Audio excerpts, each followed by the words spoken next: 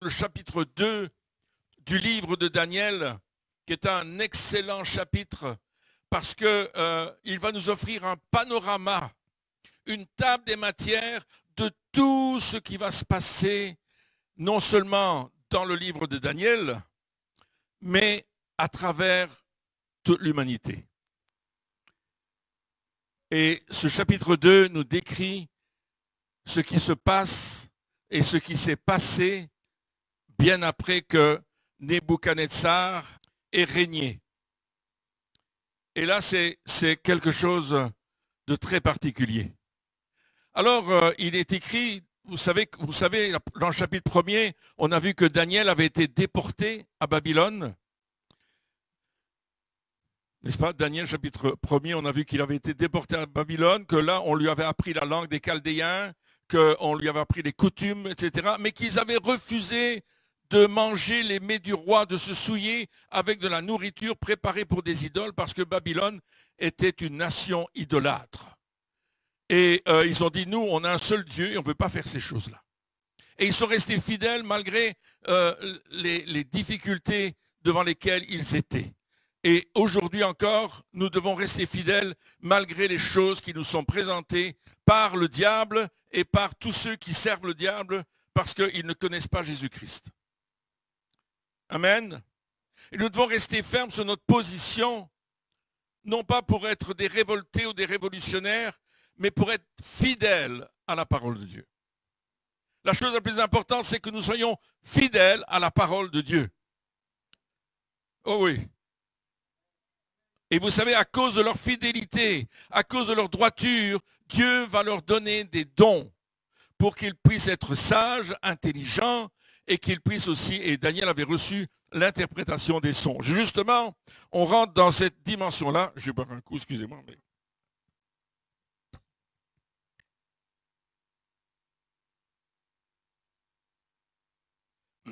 Pardon. Dans cette dimension-là, Daniel va exceller. Et il est écrit, n'est-ce pas, dans le livre de Daniel, au chapitre 2 et au verset 1 et 2, la seconde année du règne de Nebuchadnezzar eut des songes. Il avait l'esprit agité et il ne pouvait dormir. Et le roi fit appeler les magiciens, les astrologues, les enchanteurs et les chaldéens, qui sont des sorciers, n'est-ce pas, pour qu'ils lui disent ces songes.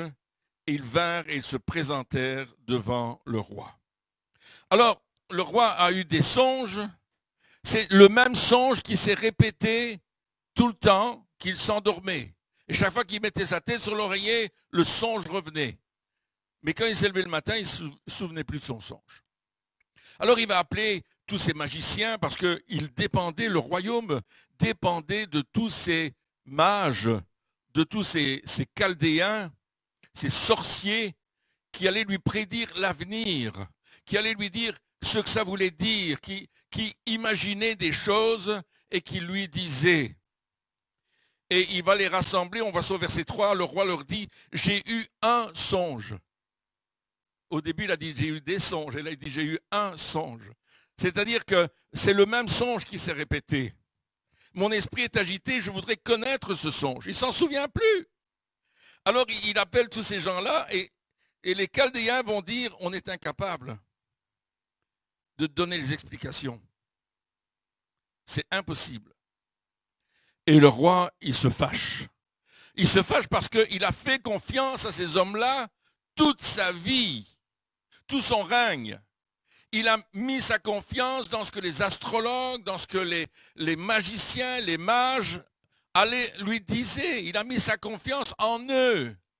Et tout d'un coup, ils sont incapables de dire son songe. Et vous savez, Dieu est dans cette histoire.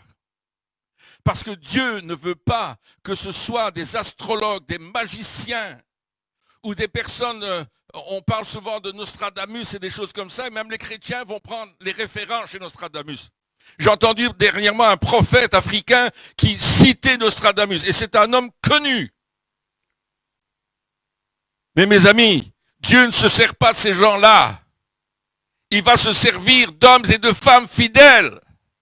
Alléluia! Qui vont, eux, parler de la part de Dieu, parce qu'ils vont recevoir de Dieu ce qu'ils doivent dire. Vous savez, il y a quand même une leçon à tirer de cette histoire. Parce que le roi, en entendant que ces mages, ces magiciens, que ces chaldéens, que ces astrologues n'étaient pas capables de lui dire ce qui allait se passer, il a commencé à être sceptique. Skeptical. I was skeptical. Je suis sceptique. Je comprends pas. Il faut m'expliquer. Le scepticisme, c'est le refus d'admettre une chose sans un examen critique. C'est pas mauvais d'être sceptique. Et nous, chrétiens, si nous voulons être adultes, nous devons commencer à être sceptiques parfois. Parce que nous croyons des choses qui ne sont même pas écrites dans la Bible. Et que l'on prêche parfois. Par exemple, Dieu ne guérit plus aujourd'hui. Bon, il y a des gens qui prêchent ça. Il n'y a plus de miracles aujourd'hui. Il n'y a plus de parler en langue, du baptême du Saint-Esprit, ça n'existe pas. Mais qui t'a dit ça? Vous vous souvenez, Donato?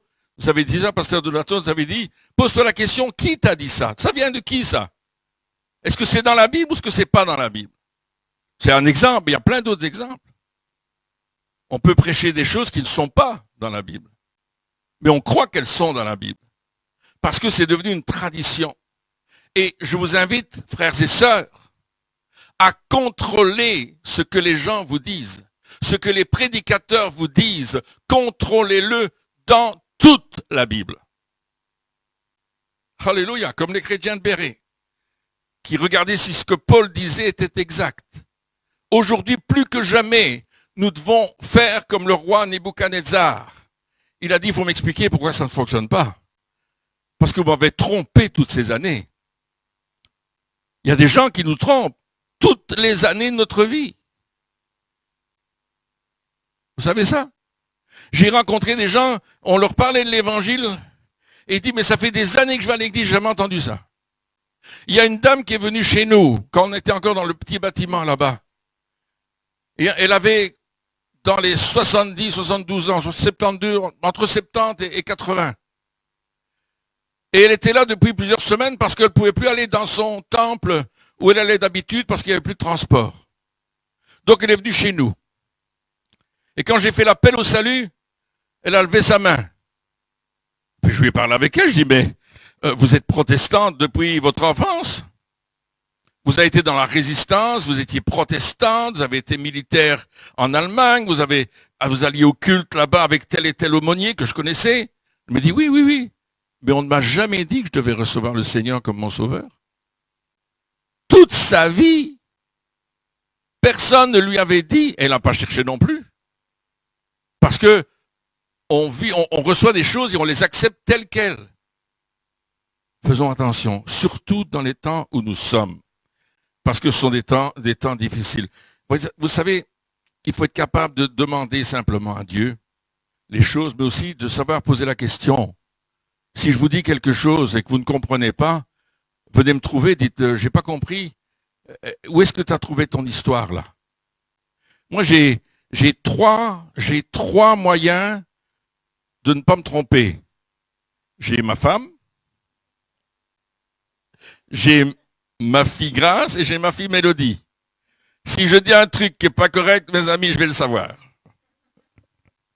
Je vais le savoir toute la journée. Et même les jours qui suivent. Ils vont me le rappeler. Ils disent, ça, c'est pas dans la Bible. Et c'est bien. Et je dis, merci Seigneur. Nous devons être très, très prudents et ne pas tout accepter comme argent comptant. Et Nebuchadnezzar, lui, n'est pas stupide. Et il va dire à ces gens-là, écoutez bien, si vous ne me donnez pas la solution, je vous coupe la tête. Et à ce temps-là, on rigolait pas. On vous brûlait, hein. Vous savez ça, hein, la fournaise ardente, hein, du chapitre 3. On vous brûlait, hein, c'était l'habitude, hein, on vous tuait, on vous jetait dans le feu. Quick, vous étiez partis là. Et il faut qu'on soit très, très important. Mais Daniel va user de quelque chose. Il va apprendre d'abord ce qui se passe parce qu'il n'était pas là. Il était toujours en formation, donc il n'était pas encore, il n'a pas rejoint l'équipe des sages. Et il apprend que l'histoire est en train de se passer là et qu'on va tuer tous les sages. Donc lui aussi va être tué parce qu'il fait partie de cette équipe. Donc, il va aller voir le responsable, celui qui tue ceux qui n'ont pas écouté, et il va leur dire, laisse-moi aller près du roi pour lui dire, j'ai du temps, et je vais, moi, te donner l'interprétation. Waouh! Alors là, on passe dans une autre dimension. Les mages et les magiciens ont dit, nous, on n'est que des hommes, on ne peut pas te donner l'interprétation. Il n'y a que les dieux qui résident dans les cieux qui peuvent te les donner. Eux, ils croient à une multitude d'idoles. Mais nous, on est incapables, on n'est que des êtres humains. Alors le roi, il est fâché, hein? Et il met le branle-bas de combat, l'armée est en marche pour arrêter tous les sages et pour les trucider. Mais Daniel, lui, va faire un acte de foi. Et il va parler d'une manière différente des autres. Nous devons parler différemment du monde. Nous devons avoir une conversation différente du monde.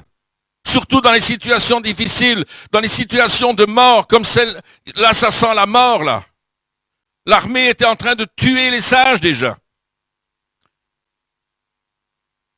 Mais Daniel va aller devant le roi et va lui dire, laisse-moi du temps, je vais te donner la réponse. Quelle foi il a! Parce que Dieu ne veut pas passer, comme je le disais tout à l'heure, par les mages, par les magiciens, par les devins, pour se révéler. Il veut passer par des hommes et des femmes fidèles comme vous êtes, vous, des hommes et des femmes fidèles.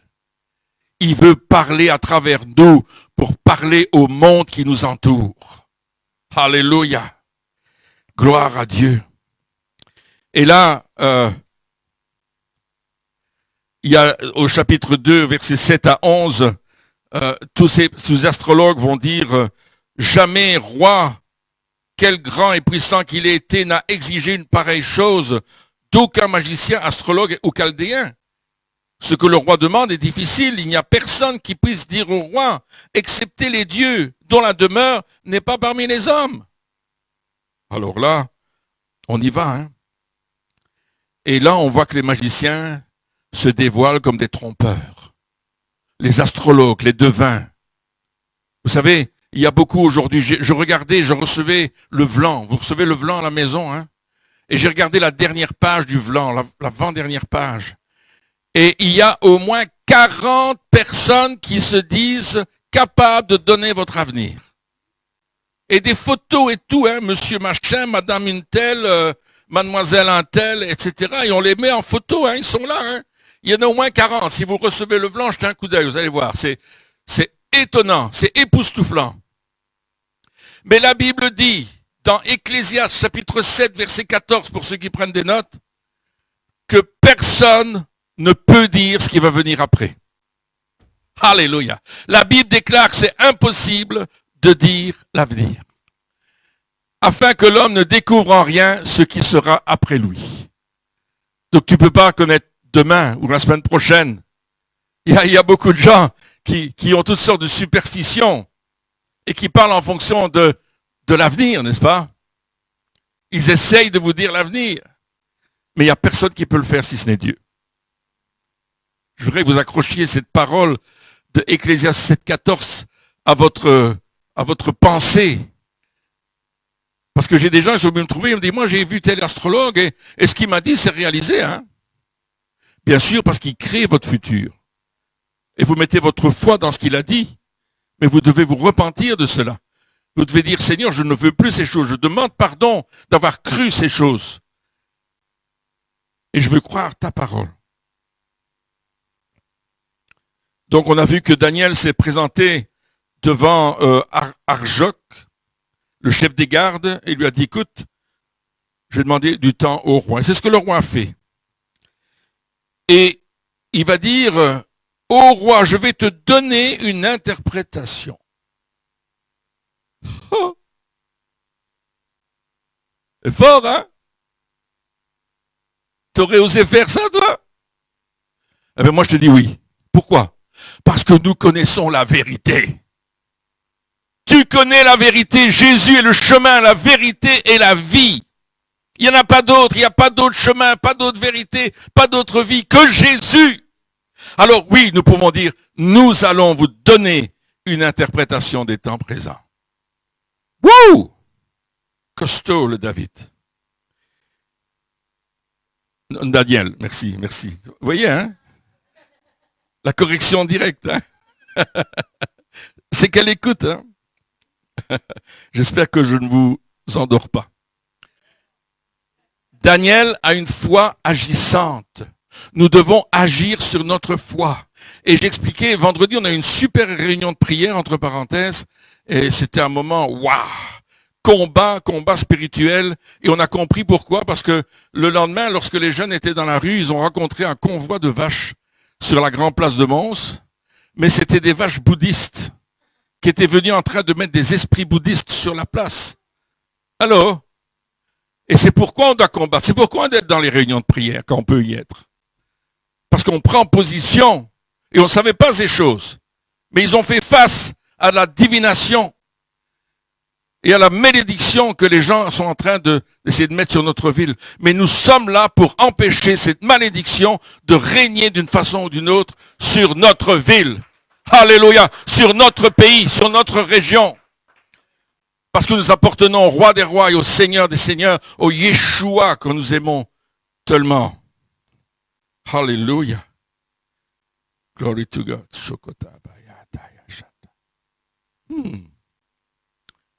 Et je disais vendredi, en parlant de la tempête apaisée, les disciples ont peur, le bateau coule, et Jésus pose la question aux disciples, où est votre foi? En fait, la question c'est, dans quoi vous avez mis votre foi? Dans la tempête? Dans les événements? Dans les difficultés? Ou en moi? Et on doit se poser la même question, nous aussi. Dans quoi tu as mis ta foi? Alors le problème de notre ami, le chef des gardes, Arjoc, c'est qu'il va prendre toute la gloire. J'ai trouvé un homme. Il ne l'a pas trouvé, c'est Daniel qui est venu le trouver. Nous devons faire attention de ne pas prendre la gloire de Dieu. Nous devons faire attention de ne pas dire « j'ai reçu ». Je sais. Si tu l'as, c'est qu'il te l'a donné. C'est que tu l'as reçu. 1 Corinthiens, chapitre 4, verset 7. Il lui dit, qu'as-tu que tu n'aies reçu? Et si tu l'as reçu, pourquoi te glorifies-tu comme si tu ne l'avais pas reçu? 1 Corinthiens 4, 7. Oh, wow. Il va fort, Paul, hein? Qu'as-tu que tu n'aies reçu? Tu as reçu la vie, hein? Tu as reçu le Seigneur Jésus. C'est lui qui est venu te trouver. C'est pas toi qui as dit un jour, je décide de suivre Jésus. Non, on t'a parlé de lui, on t'a présenté son amour, et tu as dit, oui, c'est ça. C'est ça que je veux. Parce que l'Esprit de Dieu était en train de parler à ton cœur, et qu'il était en train déjà de mettre cette semence de vie en toi. Et tu as reçu le salut. Le salut, nous l'avons reçu gratuitement. Pas à cause de ce que nous sommes, pas à cause de nos qualités, mais à cause de ses qualités, de son amour, de sa bonté. Alléluia. Alors ne prenons pas la gloire de Dieu. Faisons attention de ne pas voler la gloire de Dieu. Elle lui appartient. Alléluia. Beaucoup cherchent la gloire aujourd'hui. Et avec la gloire, cherchent les finances. Et avec les finances, cherchent à te posséder. Et ils t'embobinent dans toutes sortes de choses, dans des projets immenses, dans des choses qu'ils vont faire, etc. Mais mets-toi à genoux et dis, Seigneur, est-ce bien là ta volonté? Faisons attention. Soyons prudents. Il y a des serpents venimeux qui peuvent nous mordre. Alors, qu'est-ce que Daniel va faire au verset 17? Daniel alla dans sa maison, il instruisit de cette affaire Ananias, Michaël et Azaria, ses compagnons, les engageant à implorer la miséricorde du Dieu des cieux, afin qu'on ne fît pas périr Daniel et ses compagnons avec le reste des sages et des Babyloniens. Et la Bible dit, alors, le secret fut révélé à Daniel dans une vision pendant la nuit.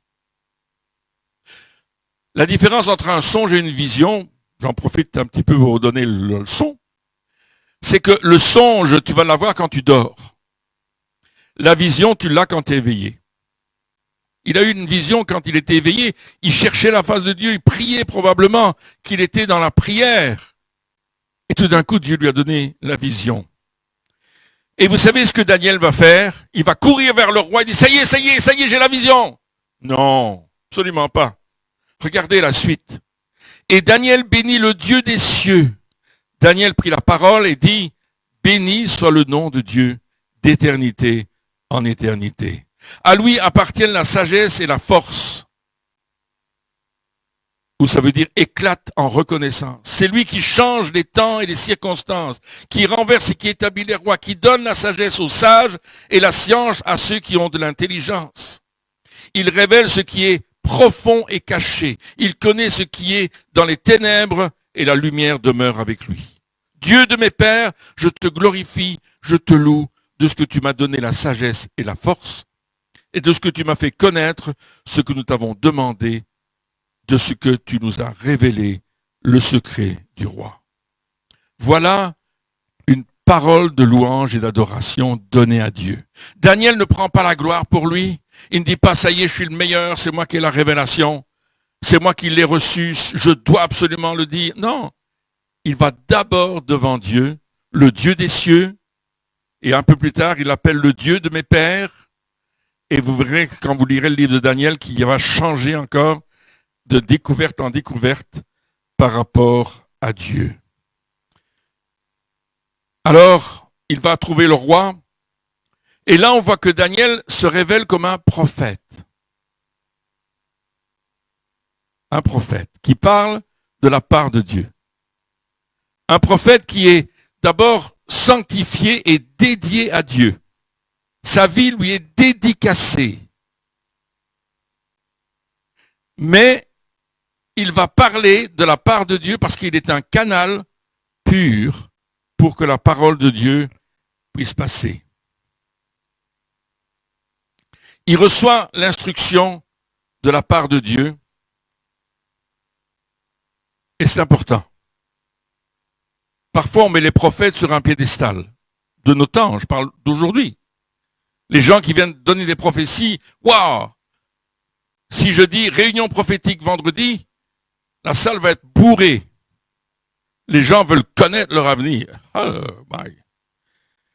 Mais un prophète n'a pas la science en lui-même de révéler l'avenir. C'est quelque chose qui lui est donné de la part de Dieu au moment approprié.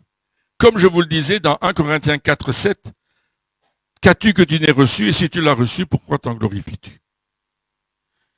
Aujourd'hui, dans les temps que nous sommes, nous devons faire très attention à ce genre de choses. Je ne suis pas en train de dire que les prophètes sont mauvais. Je suis en train de vous dire, vous devez être adulte face aux prophètes. Vous me suivez? Et ce que vous avez reçu doit être conforme à la parole de Dieu. Vous me suivez toujours? On doit être sage à ce niveau-là. Au verset 28b, Dieu a fait connaître au roi Nebuchadnezzar ce qui arrivera dans la suite des temps. Et on a ici un principe important de la prophétie. Car elle commence à peu près à l'époque où elle est donnée de cette manière-là. Nous avons des points de repère pour situer les événements dont la prophétie va nous apporter tout dans la suite des textes. Et il est en train de révéler quelque chose de Dieu. Et le chapitre 2 va nous montrer tout un schéma de l'histoire de notre humanité qui n'est pas encore arrivé, mais qui démarre avec un homme qui est déjà là, qui s'appelle Nebuchadnezzar. Et c'est le point de départ. C'est le point de départ et c'est l'accomplissement d'une prophétie qu'on trouve dans le livre du prophète Ésaïe, au chapitre 39 et au verset 5 à 7. Où le roi Ézéchias a fait visiter son bâtiment par des gens venus de Babylone. Il leur a montré ses trésors et tout. Et le prophète est arrivé chez lui et il lui a dit que, écoute la parole de l'Éternel des armées, voici les temps viendront où l'on emportera à Babylone tout ce qui est dans ta maison et ce que tes pères ont amassé jusqu'à ce jour. Il n'en restera rien, dit l'Éternel. Waouh! Et l'on prendra tes fils qui seront sortis de toi, que tu auras engendrés pour en faire des eunuques dans le palais du roi de Babylone. Et voilà une prophétie qui est annoncée avec beaucoup de force par Ésaïe le prophète. Et là, on voit qu'elle se réalise avec Nebuchadnezzar. Et que c'est un point de départ du temps des nations, du temps des gentils, dont Jésus nous parle dans Matthieu 21. C'est le commencement du temps des nations. Qu'est-ce que ça veut dire? Ça veut dire que ce que Israël avait reçu, la royauté qu'Israël avait reçue, l'autorité, la domination qu'Israël avait reçue de la part de Dieu, va être donnée aux nations. Le temps des nations. Et c'est important de le savoir. Parce que nous sommes toujours dans le temps des nations. Mais il va bientôt se terminer. Et c'est ce qu'on voit dans le chapitre 2 de Daniel. C'est un chapitre époustouflant. Alléluia. Il y a beaucoup de choses que je voudrais vous partager. J'ai 13 pages de notes, mais je ne vais pas tout vous donner. Dans Daniel 2, donc au verset 28, il dit « Mais il y a dans les cieux un Dieu qui révèle les secrets et qui a fait connaître au roi Nebuchadnezzar ce qui arrivera dans la suite des temps. Voici le songe et les visions que tu as eues sur ta couche. » Et il y a des points importants dans ce texte-là. Il dit « Il y a un Dieu dans les cieux qui révèle les secrets. » Waouh! Qui a fait connaître au roi. Le rêve, c'est le roi qui l'a reçu. Et là, Daniel va commencer à lui donner le rêve. Et ce rêve-là, comme je vous disais, c'est une toile de fond, c'est un grand panorama de l'histoire de l'humanité, du temps des nations, jusqu'à nos jours. C'est une sorte de table des matières. J'aimerais dire ici que du chapitre 1 au chapitre 6 de Daniel, c'est des visions que les autres ont reçues et que Daniel va interpréter. Mais à partir du chapitre 7 jusqu'au chapitre 12, c'est des visions que Daniel va recevoir par rapport à la fin des temps et qui sont en accord avec l'Apocalypse. Intéressant. Je vous dis ça pour votre lecture de Daniel. Hein. Croyez-moi, je le lis, je le relis, et j'ai toujours pas tout compris. Hein. Je comprends même presque rien si Dieu ne me donne pas un coup de main. Ce qui arrivera dans la suite des temps, c'est ce que Dieu dit au roi. Tu vas connaître ce qui va arriver dans la suite des temps. Et Jésus en parle, je parlais de Luc 21, 24, où il dit, ils tomberont sous le tranchant de l'épée, ils seront emmenés captifs parmi toutes les nations, et Jérusalem sera foulée aux pieds par les nations, les gentils donc, jusqu'à ce que les temps des nations soient accomplis.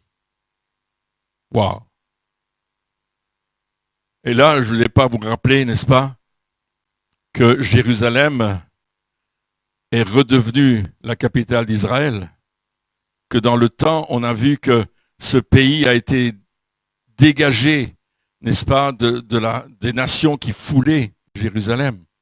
On connaît, 1947, on connaît la guerre des 6 jours, 68, on connaît ce qui s'est passé, comment Jérusalem a été délivrée par Moshe Dayan. Ceux qui ont suivi les événements à l'époque ont vu ces choses, ont entendu ces choses.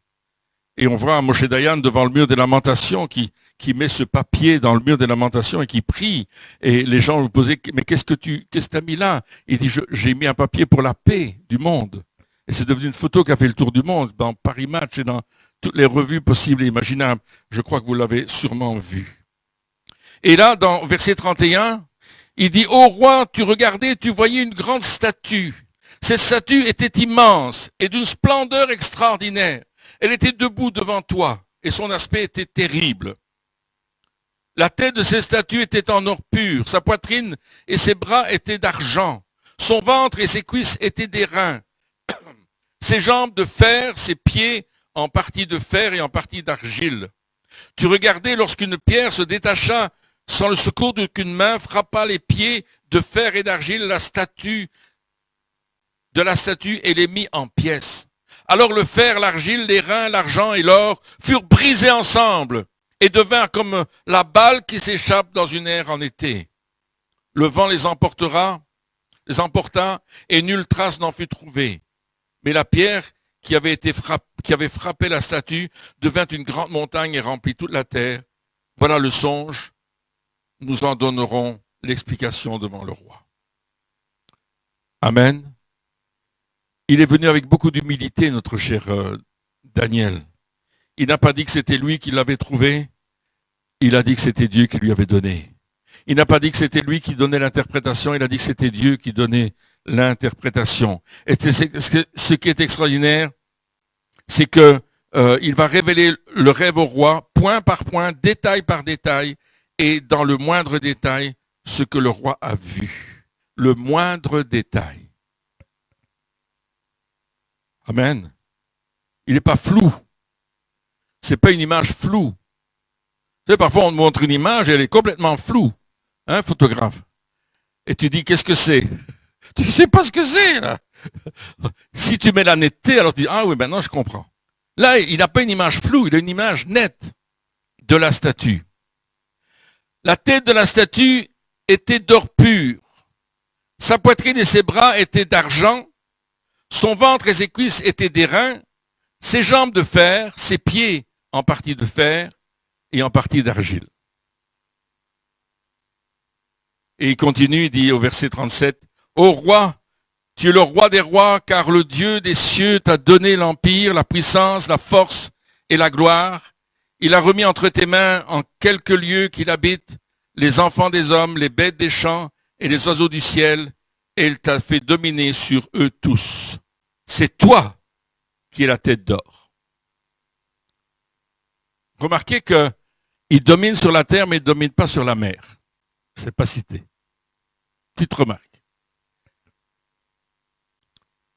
Et là, Daniel a d'abord attiré l'attention du roi en lui décrivant son rêve, mais maintenant, dans l'interprétation, il a gagné la confiance du roi. Voyez la différence? C'est toi qui es la tête d'or. Alors c'est intéressant ce que représentent ces métaux. La tête, elle est en or. Le torse, il est en argent. Le ventre est en bronze, en airain. Et les jambes sont en fer. Et les pieds sont en argile et en fer. Qu'est-ce que ça vous fait penser? L'or, l'argent et le bronze. Les médailles des Jeux Olympiques. Vous avez remarqué? Entre autres. L'or, c'est la gloire. Et le royaume de Nebuchadnezzar était un royaume extrêmement glorieux, riche, intelligent, beaucoup de connaissances. Ils étaient vraiment très érudits. Mais le deuxième royaume qui va venir après, les Mèdes et les Perses, et ce qui est extraordinaire, c'est que Daniel va vivre suffisamment longtemps pour voir ce royaume venir et s'établir. C'est pas seulement une prophétie comme ça, vous savez. Il n'a pas mangé de la pizza un soir d'été, hein, et il s'est réveillé avec une vision. Non, non, non. C'est quelque chose qui nous concerne tous. Les Mèdes et les Perses ont vraiment existé. Ils se sont mis ensemble pour conquérir Babylone. Babylone qui était extrêmement une belle cité, un royaume extraordinaire. Remarquez que au niveau des métaux qu'on voit, l'or c'est un métal mou. C'est vrai, hein? L'argent c'est déjà un peu plus solide. Le bronze, ah oui, c'est solide, hein? Le fer, l'acier, waouh! Ça c'est... On ne peut pas résister à l'acier. Voyez-vous, on voit aussi que la gloire, l'or, l'argent, le bronze, le fer, les métaux sont en train de changer en dureté et en méchanceté. Babylone, c'était déjà pas rigolo, hein? On te brûlait pour un oui et un non. On te coupait la tête si tu n'étais pas d'accord avec le roi. Mais l'Empire romain, en acier et en fer, waouh! Terrible, hein? Et on a ici une description des empires, des royaumes qui vont dominer sur la terre après notre ami Daniel. Est-ce que vous me saisissez? Voyez la valeur de la prophétie de Daniel. Il est en train de décrire ce qui est en train de se passer, ce qui va se passer dans le futur, ce que Dieu lui dit qui va se passer. Et chaque nation qui vont venir, les Mèdes et les Perses, eh ben, ils vont prendre par surprise vous verrez ça dans le livre de Daniel d'ailleurs, vont passer par la rivière qui alimentait la ville de Babylone et ils vont conquérir le règne. Vous verrez ça. Ça a été prophétisé aussi.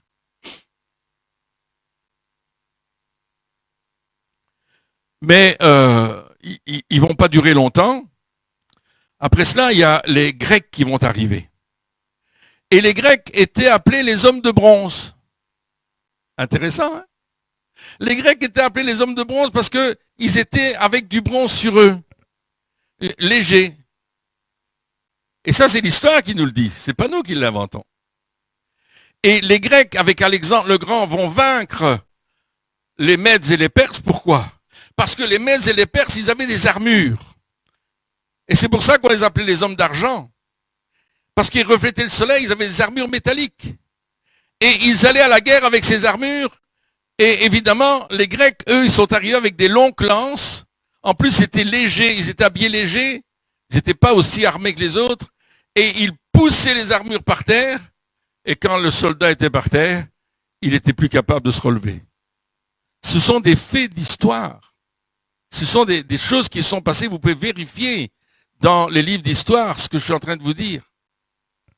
Et c'est comme ça qu'Alexandre le Grand a conquis, n'est-ce pas, tous ces empires. C'est devenu le royaume. Et puis quand Alexandre le Grand est mort, il est mort à 32 ans, il est mort très jeune. Son royaume a été divisé et est venu l'Empire romain. Les deux jambes. Divisé, les deux jambes. Je pourrais vous donner les dates, hein, j'ai toutes les dates, j'ai tout noté là, j'ai tout travaillé là-dessus. Et ça devient les jambes de fer, et après on arrive aux pieds de fer et d'argile. Alléluia. Et si vous lisez successivement, verset 39, verset 40, vous verrez, il y aura un quatrième royaume de fer, etc. Et l'Empire romain va régner pendant 500 ans. Vous saviez ça? Avant Jésus-Christ et après Jésus-Christ. Et là, on arrive au 5e siècle, où c'est le Moyen-Âge. L'histoire est écrite par Dieu. Il domine sur les temps et sur les circonstances. Toutes choses sont dans ses mains. 4 empires, 4 royaumes, c'est ce qui est humain. Mais à la fin, il y a un royaume qui va être éternel. Et nous arrivons dans la fin du temps des nations. Et je vais vous dire où on est arrivé. On est arrivé dans les ongles des doigts de pied. C'est vraiment le bout du bout, hein? Le temps des nations est en train de se terminer. L'important, c'est pas de savoir la date du retour de Jésus. Il y a beaucoup de gens qui calculent, hein? Il sera là en 37, il sera là en 23, il sera là en 44, il sera là dans une semaine. On a plein de chiffres, des gens nous donnent des chiffres. L'important, c'est pas connaître la date, c'est que nous soyons prêts pour le retour de Christ et que nous puissions en sauver un maximum parce que nous sommes dans ces temps de la fin. Et que s'ils ne sont pas sauvés, ils vont rester ici et vivre des moments terribles. Vous êtes là? Ça, c'est notre appel dans un livre comme celui de Daniel. Il y a beaucoup de choses qu'on pourrait dire et j'ai beaucoup de notes. Si vous voulez, je peux vous les passer après qu'elles ont été corrigées par Christine. Des fautes d'orthographe que j'ai pu faire parce que moi je tape tape à l'aveugle, donc je ne regarde pas toujours ce que j'écris. Mais on est arrivé dans les 10 doigts de pied. Et on voit que 10 doigts de pied, c'est 10 royaumes. L'Empire romain va tomber en l'an 497 après Jésus-Christ. Il va tomber, il n'existera plus. Et on va voir les royaumes qui ont été conquis vont reprendre leur autonomie. Et puis on va voir des tas de rois qui aujourd'hui n'existent plus, des tas de royaumes qui n'existent plus, qui vont se lever, etc., pour enfin arriver à des gens comme Charlemagne, qui a voulu reconstituer l'Empire romain, comme Charles Quint, qui a voulu, lui aussi, recréer l'Empire romain. Et Charlemagne a été nommé empereur, vous vous souvenez, à Reims. Et puis on a aussi Napoléon. Napoléon qui s'est fait nommer empereur le même jour que Charlemagne a été nommé empereur. Intéressant quand on voit l'histoire. Et puis on a, bien sûr, plus proche de nous, Monsieur Adolphe. C'était le nom du cochon de ma grand-mère. Bon, enfin, soit.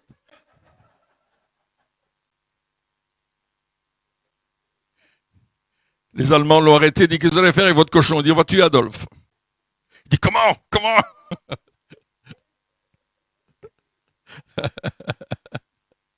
Il voulait tuer Adolphe. Il ne comprenait pas ce qu'il voulait dire. Et puis Hitler qui a voulu aussi lui-même reconstruire l'Empire romain. Et puis aujourd'hui, vous savez, on a voulu reconstruire l'Empire romain par des alliances, par des mariages. On a voulu le reconstruire par la guerre. Aujourd'hui, on le reconstruit par l'argent. La communauté européenne, monétaire européenne, une seule devise partout. On est dedans. Incroyable. On est dedans. Ouvrons nos yeux. Chrétiens, ouvre tes yeux. C'est plus le temps de jouer aux billes, là. Pardonnez-moi, je veux insulter personne. Mais c'est le temps de nous mettre en marche. Parce qu'on est dans ce temps des doigts de pied. Et là, il est dit au verset 44, dans le temps de ces rois, il parle des 10 rois, les 10 doigts de pied, dans ce gouvernement, le Dieu des cieux suscitera un royaume qui ne sera jamais détruit et qui ne passera point sous la domination d'un autre peuple. Il brisera et anéantira tous ces royaumes et lui-même subsistera éternellement. Et je reprends le verset 34 et 35. Je regardais lorsqu'une pierre se détacha sans le secours d'aucune main, frappa les pieds de fer et d'argile de la statue et les mit en pièces. Et c'est vrai que si on vous frappe aux pieds, vous allez tomber par terre, n'est-ce pas? Et toutes ces statues, tous ces empires qui ont reçu la domination mais qui l'ont malheureusement pas géré selon le cœur de Dieu, vont être détruits en un instant. Une pierre qu'aucune main d'homme n'aura jetée. Et Jésus lui-même dit dans Luc 20 au verset 17, mais jetant les regards sur eux, Jésus dit, que signifie donc ce qui est écrit? La pierre qu'ont rejetée ceux qui bâtissaient est devenue la principale de l'angle. Et Zacharie, au chapitre 3 et au verset 9, dit ceci, car voici, pour ce qui est de la pierre que j'ai placée devant Josué, il y a 7 yeux sur cette seule pierre. Voici, je graverai moi-même ce qui doit y être gravé, dit l'Éternel des armées. J'enlèverai l'iniquité de ce pays en un jour. Et là, on parle de la conversion d'Israël. En un jour. Mais ce n'est pas notre objectif, mais c'est important de le dire. Alléluia. Le verset 18 de Luc 20, j'avais dit Luc 20, oui, dit ceci, quiconque tombera sur cette pierre s'y brisera, et sur celui sur qui elle tombera sera écrasé. Et là, Jésus est en train de nous donner un timing, le timing de la fin des temps. Jésus, c'est la pierre, et nous devons être prêts. Voyez-vous, dans sa première venue, Jésus n'est pas venu pour juger, il est venu pour sauver. Dans Jean, chapitre 3, verset 17, il dit « Dieu, en effet, n'a pas envoyé son Fils dans le monde pour qu'il juge le monde, mais pour que le monde soit sauvé par lui. » Et on sait que l'Ancien Testament ne parle pas de l'Église. Elle saute le mystère de l'Église. C'est Paul qui va en avoir une révélation. C'est Pierre, Jacques, Jean, l'équipe apostolique du coin, qui va, à cause d'avoir été avec Jésus, comprendre ce qu'est l'Église. Mais Daniel nous parle non pas de l'Église, mais de ce qui va arriver tout au bout de la fin du temps des nations.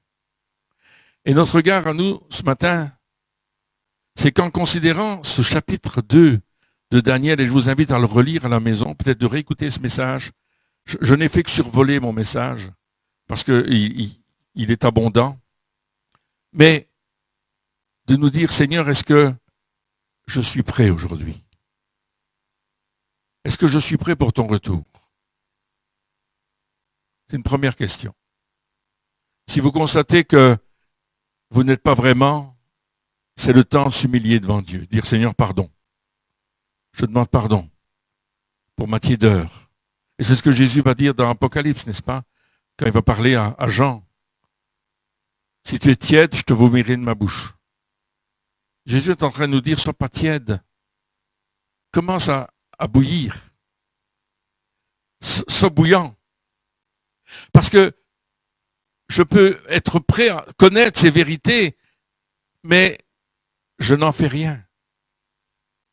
Et la deuxième question, c'est comment est-ce que je peux atteindre mon prochain? Comment est-ce que je peux atteindre l'homme et la femme autour de moi? Comment est-ce que je peux leur parler de l'amour de Dieu?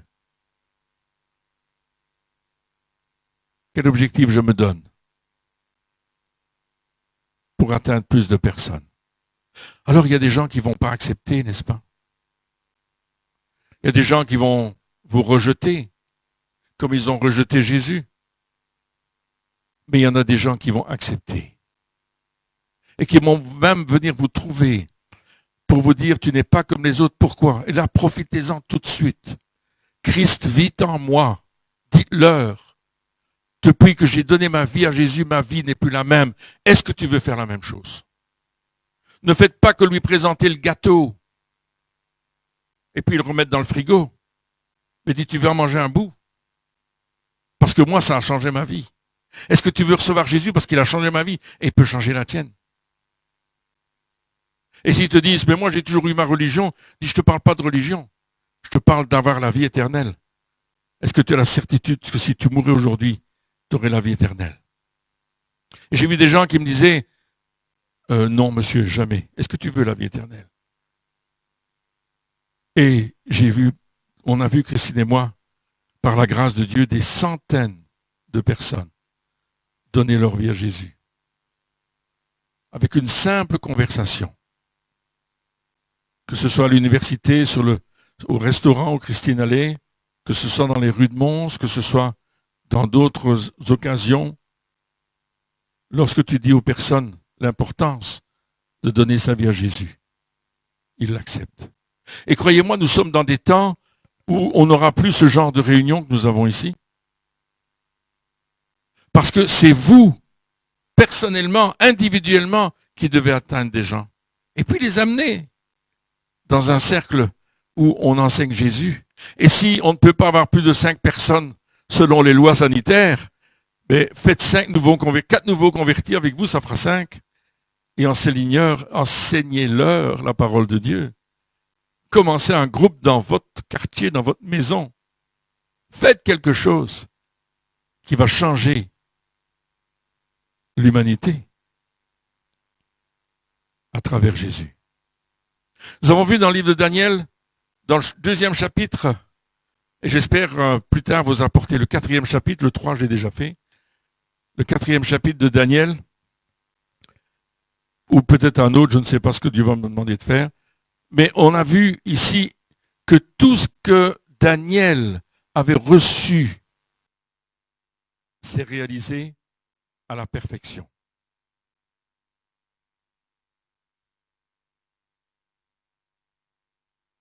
Jusqu'à maintenant. Donc, on arrive dans des moments où les choses vont se réaliser encore plus. Et peuple de Dieu, tu dois être prêt maintenant à servir le Seigneur, à être consacré à Dieu, à donner ton temps, ton argent, tes valeurs à Dieu. Plus vivre pour nous-mêmes en égoïste, mais vivre pour lui et lui donner le maximum. Prions. Père, je te remercie de ce que tu es celui qui révèle les mystères. Tu es digne de recevoir nos louanges, ainsi que toute notre attention, notre temps, notre énergie, toute notre vie. Tu es le Dieu qui tient toutes choses dans ses mains. Et je suis reconnaissant que tu es notre Dieu, celui qui règne sur nos cœurs et qui un jour va établir son royaume sur cette terre. Et nous attendons impatiemment ce jour, Seigneur. Ton épouse dit, viens, viens, Seigneur Jésus. Et que la bénédiction de ta grâce remplisse nos cœurs. C'est dans le nom de Jésus que nous te prions ce matin. Agis, Papa. Agis au milieu de nous. Tu as donné la révélation à Daniel. Tu nous donneras la sagesse et la révélation à nous aussi. Tu lui as donné la force de faire des choses différemment des autres. Tu nous donneras aussi la force de faire les choses différemment des autres. Pour être à ton service. Consacré comme jamais. Parce que tu reviens bientôt. Et nous voulons être prêts. Et nous voulons emmener beaucoup de personnes avec nous. C'est dans le nom de Jésus que nous te prions, Papa. Amen. Amen.